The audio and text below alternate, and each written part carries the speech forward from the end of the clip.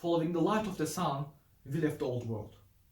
Christopher Columbus, Ferdinand Magellan, John Cabot, Francisco Pizarro, America, Australia. These are the key words that make us to think about the period of these occurrences of the adventurers unconsciously. The age of exploration. This is one of the most notable events in the history of Western Europe. It started in the early 15th century and lasted until the end of the 17th century, including European adventurers traveling and exploring the world by using their navigational skills. This would lead to the transformative shifts in the environment as an occurrence and bring about globalization, meaning that the world has been more intervened than ever before. And of the most important events in all of the human history are known to be the voyages of Christopher Columbus, and his travels started a long period of European exploration in both North and South America. Many other adventurers such as John Cabot, Henry Hudson, Hernan Cortes have followed in his footsteps, and these adventurers contributed to the several different events that would alter the New World forever. In North and South America, European exploration has contributed to the downfall of many indigenous tribal communities. None of them is more popular in modern-day Mexico than the Spanish conquistador Hernan Cortes and his invasion of the Aztec Empire. When Cortes and his men arrived in the region, they became allies with the traditional enemies of the Aztec Empire, and they together marched to the capital city, and with the aid of expansion of the illness in the region, Cortes easily took the possession of the capital city and built up the Mexican city on the remains of this capital, and this capital became one of the most important cities in the Spanish Empire. So firstly, the period of exploration contributed to the rapid movement of the millions of population to the New World. European nations then founded colonies in the New World's Atlantic coasts after creating their early settlements in these areas. These colonies were used and saw millions of African slaves taking Europe slave ships to the coasts. So secondly, the trade called Columbian exchange was triggered by European exploration following the Columbus 1492 journey. Columbian exchange was a transfer of animal species, plant species, human beings, and illnesses between New and the Old World. When each of these exposed to these things, both North and South America evolved in the rigid ways in common. European and Asian illnesses, for example, have caused millions of people to die in the New World. Smallpox alone was blamed of many deaths when indigenous population had never been exposed to the illness and had never built up an immunity system against it. This would allow Europeans to establish and grow their colonies in the region more easily. And on the other side, many food products have been imported from the New World to the Old World, such as corn, tomatoes, raspberries, blueberries, and so on. So, we're excited to be here and to introduce the topic of Columbian exchange and transatlantic trade to you. We're going to elaborate the causes, the characteristics of the period itself, and finally evaluate the effects of these events on that period as well. And now I am giving the floor to my mates. Hello everyone, hope all of you are doing well and staying safe and healthy. So today I want to talk about the Columbian exchange and analyze this issue in a more deep and detailed way. So let's get started. After Columbus' arrival in the America, the animal, plant, and bacterial life of Old and New World began to mix. This process, first studied comprehensively by American historian Alfred Crosby, was called the Columbian exchange. In terms of diseases, the Columbian exchange was a wildly unequal affair, and America got the worst of it. The flow of disease from the America eastward into Eurasia and Africa was either trivial or considered of a single important infection. When the first inhabitants of the America arrived across the Bering land bridge between 20,000 and 12,000 years ago, they brought few diseases with them. The question arises, why? There are two reasons. For one reason, they had no domesticated animals, a regional source of human diseases such as smallpox and measles. In addition, as they passed from Siberia to North America, the first Americans had spent many years in extreme cold, which eliminated many of disease-causing agents. Soon after 1492, sailors inadvertently introduced these diseases, including smallpox, measles, mumps, whooping cough, influenza, chickenpox, and typhus, to the America. People who lived in Afro-Eurasia and developed some immunities to these diseases because they had long existed among African Afro-Eurasia populations. However, the Native Americans had no such immunities. In the largest centers of highland Mexico and Peru, many millions of people died. On some Caribbean islands, the Native American population died out completely. In all between 1492 and 1650, perhaps 90% of the first Americans died. Eurasians sent much more than disease westward. The introduction of new crops and domesticated animals to the America did almost as much to the region's biological, economic, and social balance as the diseases did. So in his later voyage, the Christopher Columb brought many crops that he hoped might flourish there. He and his followers brought the familiar food grains of Europe, such as wheat, barley, and rye. They also brought Mediterranean plantation crops, such as sugar, bananas, and citrus fruits, which all had originated in South or Southeast Asia. At first, many of these crops they fared poorly, but eventually they all flourished. After 1640, sugar became the mainstay of the Caribbean and Brazilian economies, becoming the foundation for some of the largest slave societies ever known. The production of the rice and cotton, both imported in the Columbian exchange together with tobacco, formed the basis of slave society in the United States. So when it comes to animals, however, the Native Americans borrowed eagerly from the Eurasian stables. The Columbian exchange brought horses, cattle, sheep, goats, pigs, and a collection of other useful species to the America. Before Columbus, Native American societies in the high Andes had domesticated llamas and alpacas. So while Native Americans had plenty of good food crops available before 1492, they had few domesticated animals. The main ones, aside from llamas and alpacas, were dogs, turkeys, and Guinea pigs.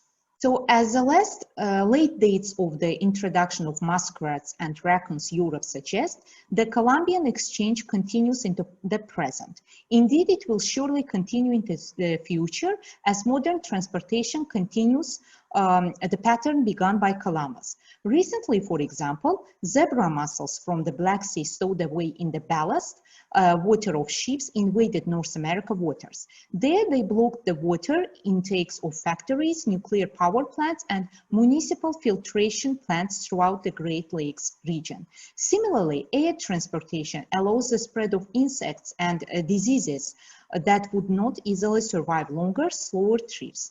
To sum up, however, the word historical importance of modern exchange pales beside that which took place in the original Columbian exchange. That was basically it. Thank you very much for your attention. So hello everyone, I will continue and be talking about the transatlantic slave trade. So many scholars, they say that this was an African Holocaust and a crime against humanity. It started in the 16th and 17th century by Portuguese and some Spanish traders. So the Portuguese at that time, they would enslave people from Africa and they made them work in Portuguese colonies in Brazil and the Spanish colonies in South America. So later on, the British also joined and their involvement even increased in the 18th century. So British enslavers, they also supplied African workforce and labor into the English colonies, and the pirates they were also selling them into the Spanish colonies. So the Portuguese and Spanish, they were not new to the slave trade, but in the 18th century, it was a new kind of slavery, and the scale was much greater. So it was known to be the reason for destruction of traditional African culture. There was increased warfare. The richer at that time only got richer, and many other influences. So the Portuguese and the Spanish, they did not want to work on their fields, they only wanted to own them, so they started to look for new potential labor. Europeans as well, at that time, the diseases wiped out most of their population, so they tried to look into Africa for new labor. African people, they seemed to be the perfect labor for them because they were unfamiliar with the land, so there were not chance of them escaping or running away. They were also more resistant to European diseases, and they were already coming from the cultures where they farm and laboring in tropics and hot places. So I want to talk about the triangle itself. So the triangle, from America to Europe, they were exporting sugar, cotton, tobacco. From Europe to Africa, they were exporting many things, and one of the most important one was the cowries, and I'll mention those later on. And from Africa, they were exporting about 10 million slaves. So here are some examples of the things that European records tell that they were exporting. So things such as cowries, you can see the shells, it was pottery, it was the textiles, metal, beads, glassware, horses, and the brandy. So cowries are very important, and I want to mention because they were one of the largest commodities, and they were imported by the British, and they served almost like a money, and it was an exchange between Europeans and African. So for example, 25,000 shells, it could buy one enslaved African. Lastly, I also want to talk about the Middle Passage. So enslaved Africans, they were chained in lines and held in buildings which were built by the Europeans. After that, the slaves, the ships would take them and they would sail across the Atlantic. So that was basically the Middle Passage.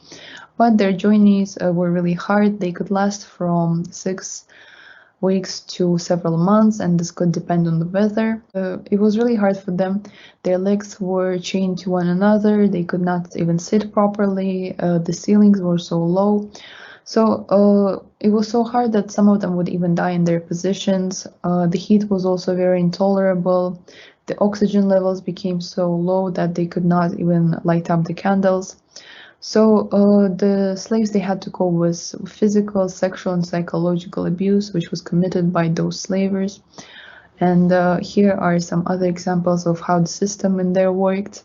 So many of them, they died because of the diseases during the journey, and some also committed the suicide. So the death rate was really high. It was around 25%, and around 2 million died during the journey itself. And many bodies of dead and dying Africans, they were actually thrown into the ocean, and sharks regularly followed the slave ships because of that. So that's all I want to mention from my point. Thank you. Hello, my name is Ayan, and now I will continue talking about the transatlantic slave trade. So I want to start by saying that, as you know, there is a lot of proofs of slavery nowadays, and I wanted to make you familiar with one of them. This is a letter written by British ship chief mate William Colquhoun. He wrote this letter to his sister Betty, where he said that he would bring a 12-year-old girl servant to her, that she could do anything and could learn anything very easily. From this example, we can clearly see that slaves at that age could be at any age and could be used for any purpose. And their lives were dominated by work and terror. On the left, you can also see a list of Negro slaves, including their jobs and in some cases their ages. So Jale, she also mentioned about Middle Passage and rough conditions in it, but what happened after the slaves reached their destinations? When slaves reached their destinations, they were sold in market like the cattle. An average price for selling a slave was 20 pounds in 1700s in West Indies, but some of the slaves were sold for cheaper, and this is why they had to work their entire lives. Those who disobeyed or resisted sometimes were sent to seasoning camps where half of them passed away. Moreover, most of the slaves were sent to plantations and sugar canes where they had to work from day to night. The situation in slavery in sugar canes in Britain were much better than in Caribbean and Brazil because masters there they cared about they wanted to increase the slave population and that's why they kind of kept the slaves more healthy. But in Caribbean it was awful. An average life expectancy of 23 of Brazilian slave was 23 years old, and they also had to be very fast because sugar sap could go sour within a day. They had to lift 80 pounds of manure on their heads, and it was very bad. This is why they had to work around 48 hours non-stop. Moreover, if they resisted or didn't do anything, something minor, they would get punished. For example, there was a story told by a slave, and he said that he has seen a Negro being beaten up till his bones broke because he just left a pot, like he overboiled something. So what and how did all of this end? By 18th century, people started rebellion. Not they started going against trade, and that's why they attacked some ships, and this way some enslaved people got freedom. Moreover, there were rebellions in the ships by the slaves, and one of the most famous was the Amistad Rebellion that was led by Joseph Cinquez. It occurred near Cuba and in 1839. Moreover, many people ran away. They resisted by running away. There were a lot of them, you can even research about it, and that's why many punishments were made in West Indies to prevent this. These punishments varied from getting killed, from death to losing a limb to people getting granted money for finding the slaves, and it changed differed depending on the location, from St. Christopher's to Barbados, Jamaica, and so on.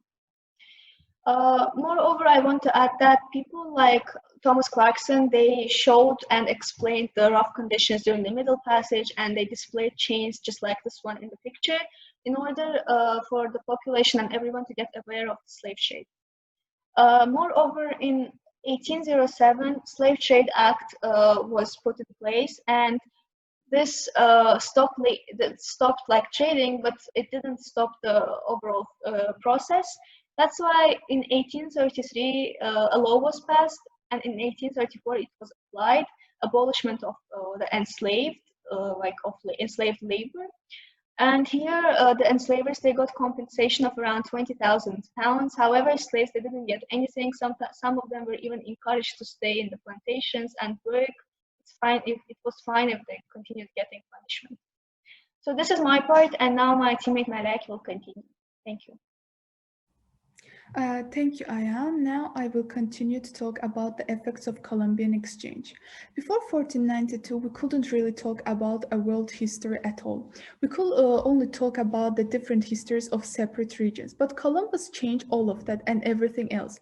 So in short, the Columbian exchange resulted in a lot of change for all involved, and these changes had both positive and negative effects for the Native Americas, the cultures of Sub-Saharan Africa, and Europeans. When two cultures interact for the first time, cultural diffusion is felt most by the culture with the least developed collective knowledge base, or in this case, the Native American civilizations. They experience far greater social and economic changes than the Europeans. Animals were an important part of the Columbian exchange. Did you know that horses didn't exist in the Americas prior to European exploration? Europeans introduced horses, pigs, sheep, goats, and chicken to the Americas. Some continued to be domesticated, while others, such as wild pigs, escaped and roamed wild in the New World, often destroying agricultural crops. The Plains Indians quickly embraced the horse for domesticated use and used them to hunt buffalo herds more easily. Europeans brought plants to the New World as well. These included sugar, bananas, wheat, and coffee, all of which later became major sources of American trade goods. Can you imagine a world without corn, potatoes, tomatoes, bell peppers, chili peppers, and so on? Europeans also discovered cane sugar growing in the tropics, which had a dramatic impact upon sweetening the European diet. Interestingly, potatoes later became a main food source for many European regions, including Ireland and Eastern Europe. The exchange of food was extremely important. Access to new food significantly changed diets of both peoples and altered the crops that were grown in both the Old World and the New World, which ultimately contributed to a population explosion in Europe by year 1800s. The Columbian exchange homogenized the world's biological landscape. For example, the first European visitors to the Americas had never seen a tomato.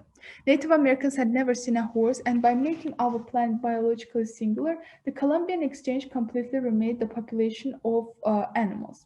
Notorious and unintended exchange between Europeans and the Americas were the microbes. European diseases arrived with little mercy, as native immune systems were unable to defend against European disease such as smallpox, measles, and chickenpox. These diseases spread rapidly, resulting in unintended dissemination of millions. We can't be sure of how many natives died as a result of European arrival, but it was definitely more than 50%, and some estimates place it as high as 90%. This astonishing decrease of population was definitely the worst effect of this disease, both psychologically and demographically. Also, leaders kept dying. For example, Huayna Capac, the leader of the Incan Empire, succumbed to smallpox before Pizarro even arrived. His death led to a violent succession struggle between his sons, which was won by Atahualpa, who in turn was captured and killed by Pizarro. And without that war, the Inca would have had a much better chance against the Spaniards, whose numbers were comparatively tiny. A similar thing happened to the Aztecs. The Moctezuma, who eventually lost to Cortes, was the nephew of a much more powerful king who died of smallpox. And the death of that great king encouraged some of the smaller states in the Aztec Empire to rebel, and some of them even fought for the Spaniards. In addition to physical good and people, the Columbian goods disease and people, the Columbian exchange also resulted in the widespread growth of Christianity. And in what is now modern South America, Catholicism was spread through the conversion efforts of Spanish explorers and conquistadors. So to sum up, the Columbian exchange led to the repopulation of the New World following the disease devastation of the initial encounter, and to better nutrition, and to the spread of Christianity. In the process, the world's human inhabitants became more genetically and ethnically interconnected, but it also led to the horrors of Atlantic slavery, which Laman will discuss next. Thank you. Hello everyone, my name is Yaman. I will continue our presentation by talking about the effects of transatlantic trade.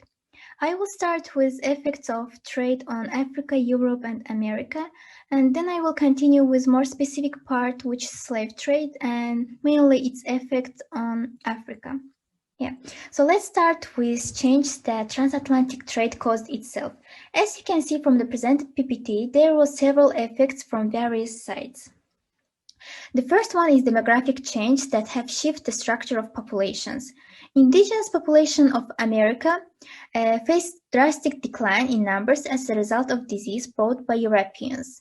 However, on the other hand, the populations of Africa and Europe grew with introduction of nutritious foods such as potatoes and corn found in America.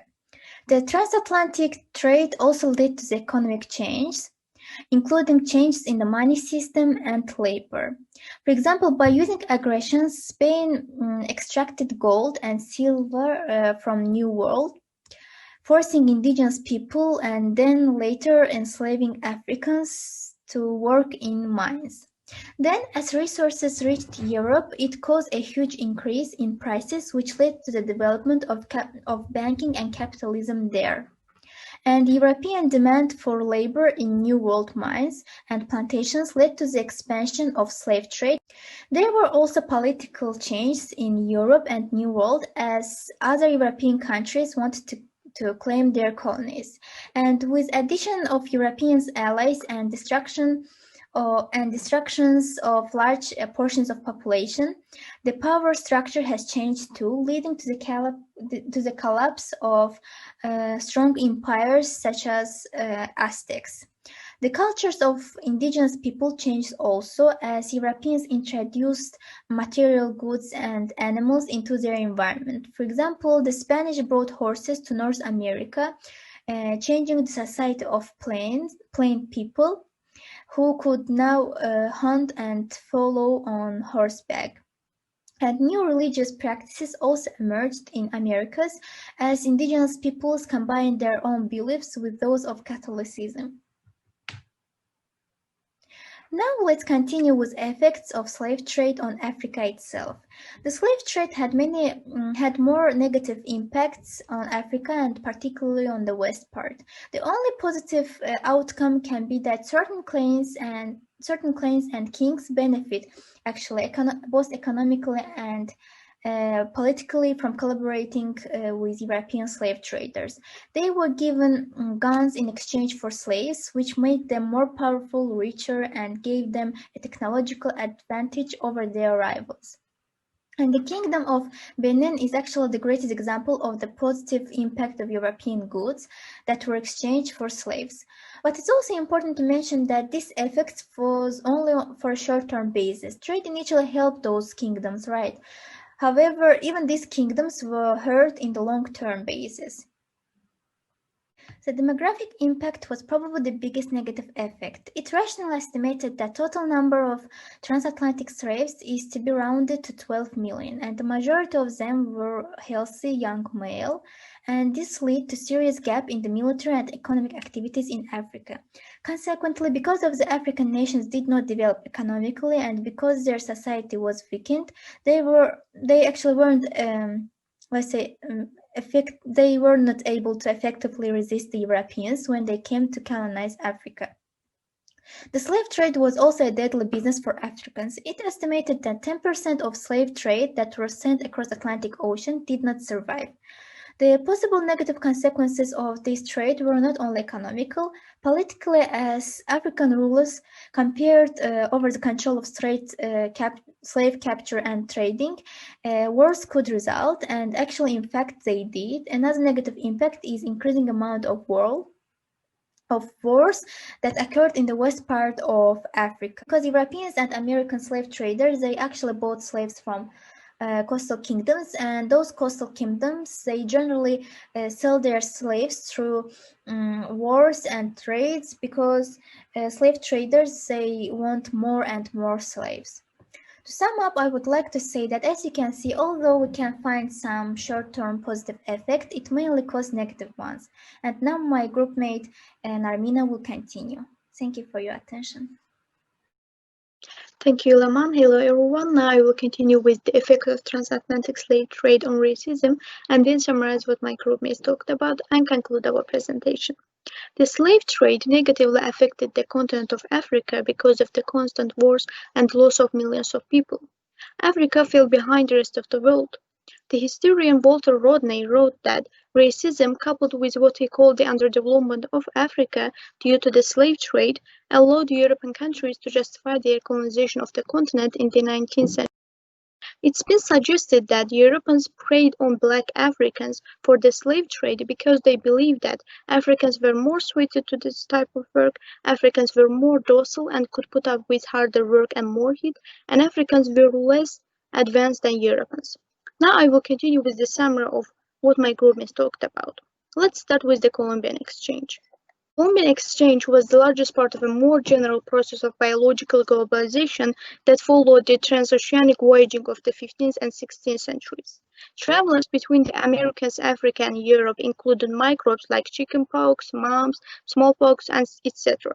The crossing of the Atlantic by plants like cacao and tobacco illustrates how the discovery of the New World changed the habits and behaviors of the Europeans.